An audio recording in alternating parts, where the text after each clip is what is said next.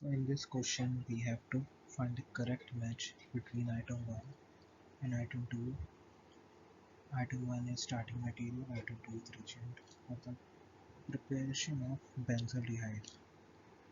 So benzaldehyde is nothing but this.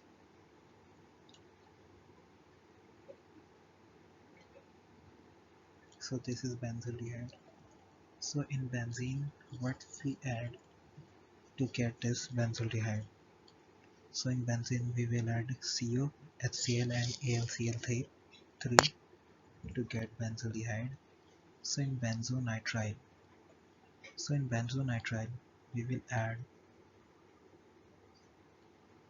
HCl and SnCl2, which 3O.